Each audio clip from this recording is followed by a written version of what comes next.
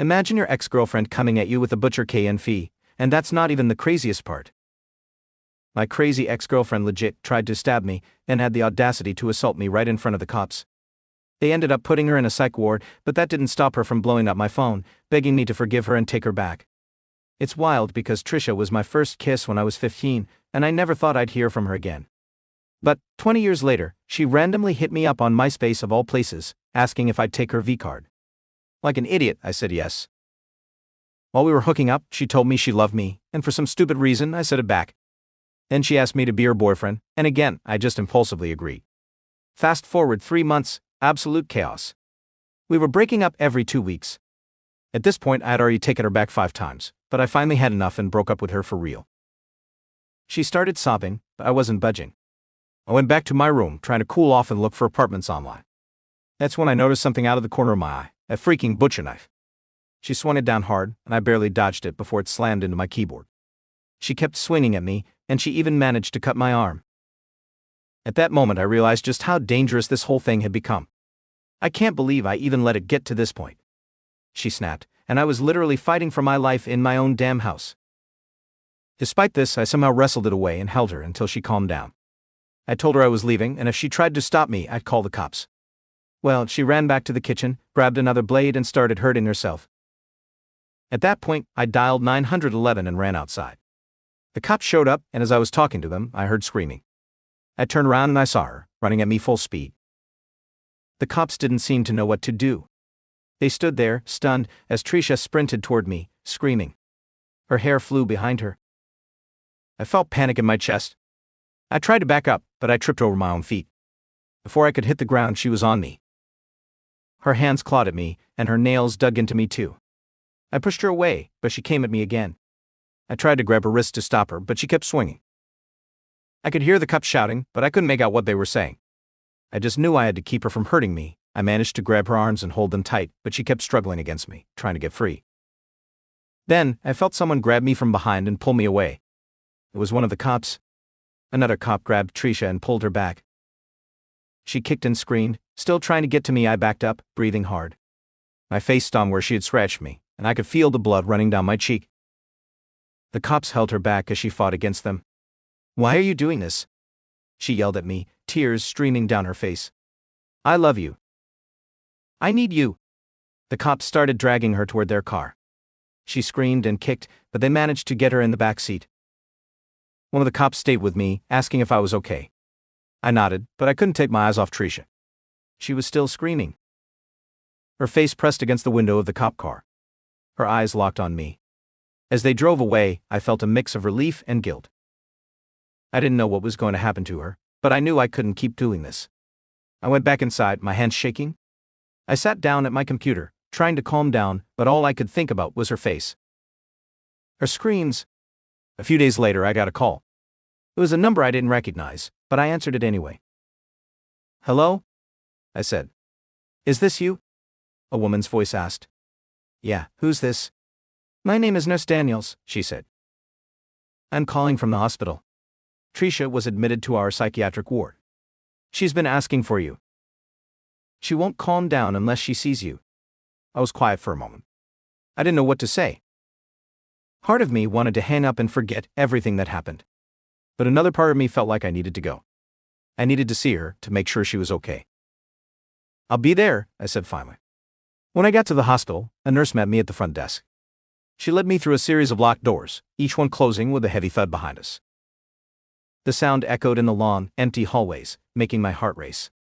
Finally, we stopped outside a small room with a thick window. Trisha was inside, sitting on a bed, her knees pulled up to her chest. She looked so small and scared.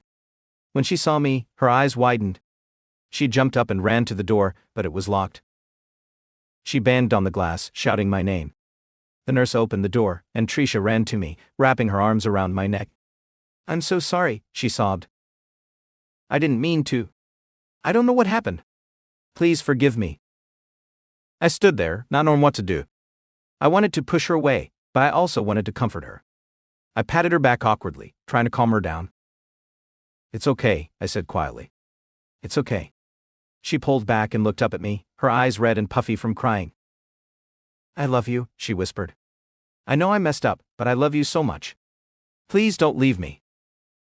I took a deep breath. Trisha, I can't do this, I said. You need help, real help. I can't be the one to save you. You have to save yourself, she nodded, tears streaming down her face. I will, she said. I promise. I'll do whatever it takes. Just please don't give up on me.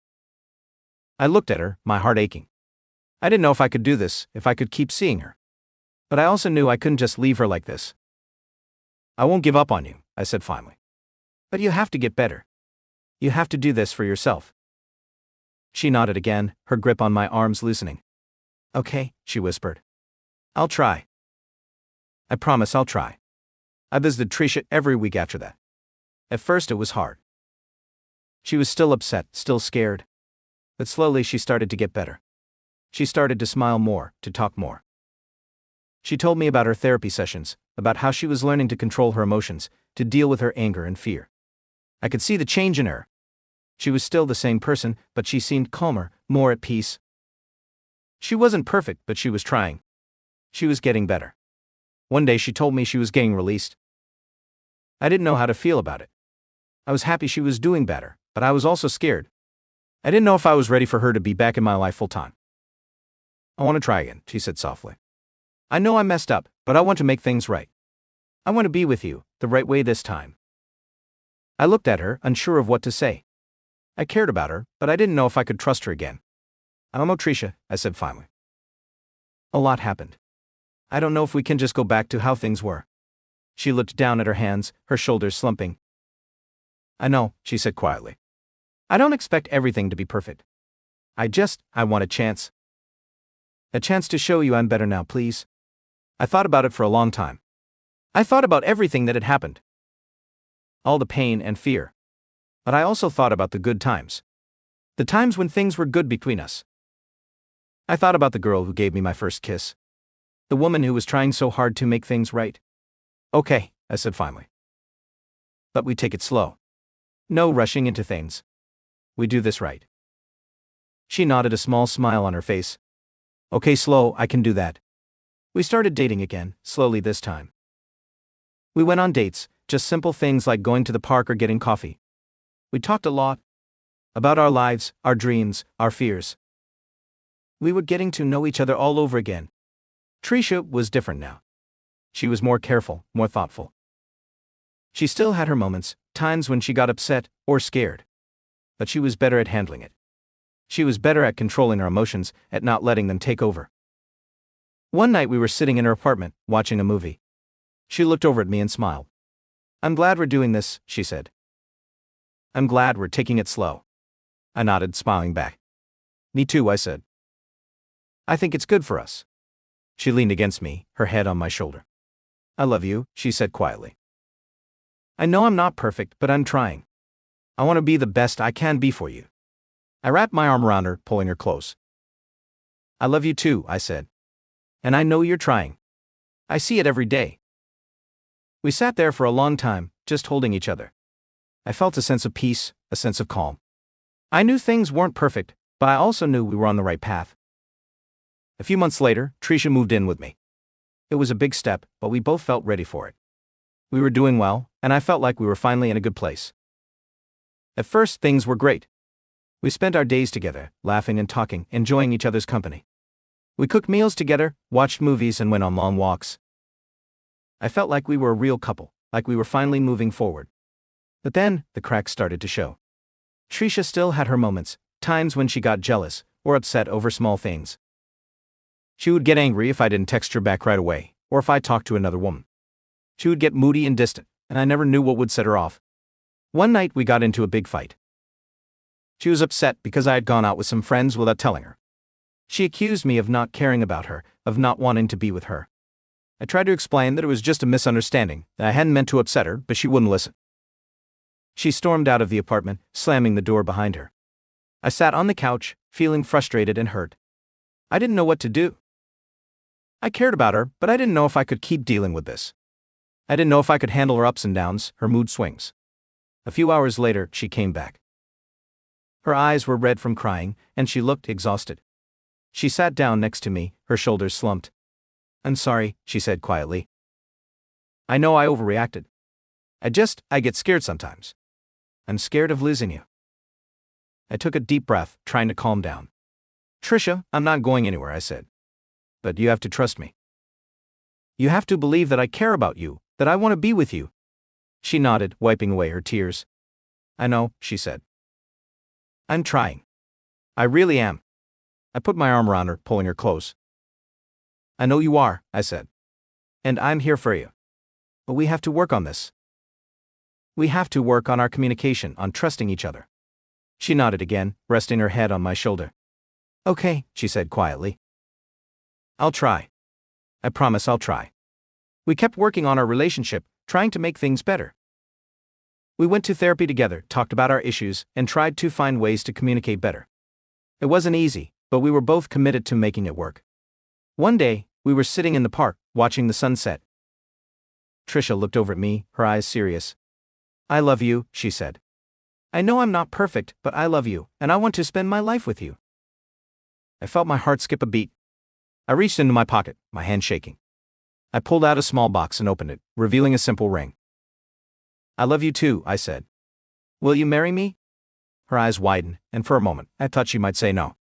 But then she nodded, tears spilling down her cheeks. Yes, she whispered. Yes, I'll marry you. We hugged each other tightly, both of us crying. I felt a sense of relief, a sense of joy. I knew things weren't perfect, but I also knew we were in this together. We were a team, and no matter what happened, we would get through it together. Life after the engagement wasn't perfect. We still had our ups and downs, still had our fights.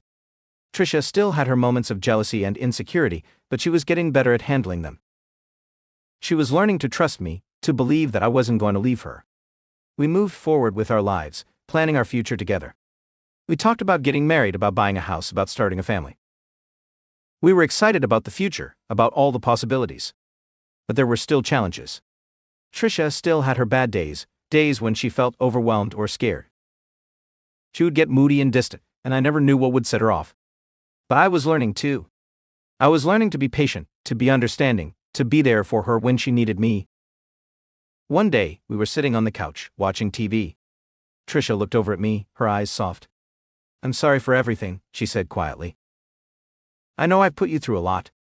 I'm just so grateful that you stuck by me, I smiled, reaching over to hold her hand. I'm grateful for you too, I said. I know it hasn't been easy, but I wouldn't trade it for anything. I love you, and I'm so glad we're in this together. She smiled back, her eyes shining.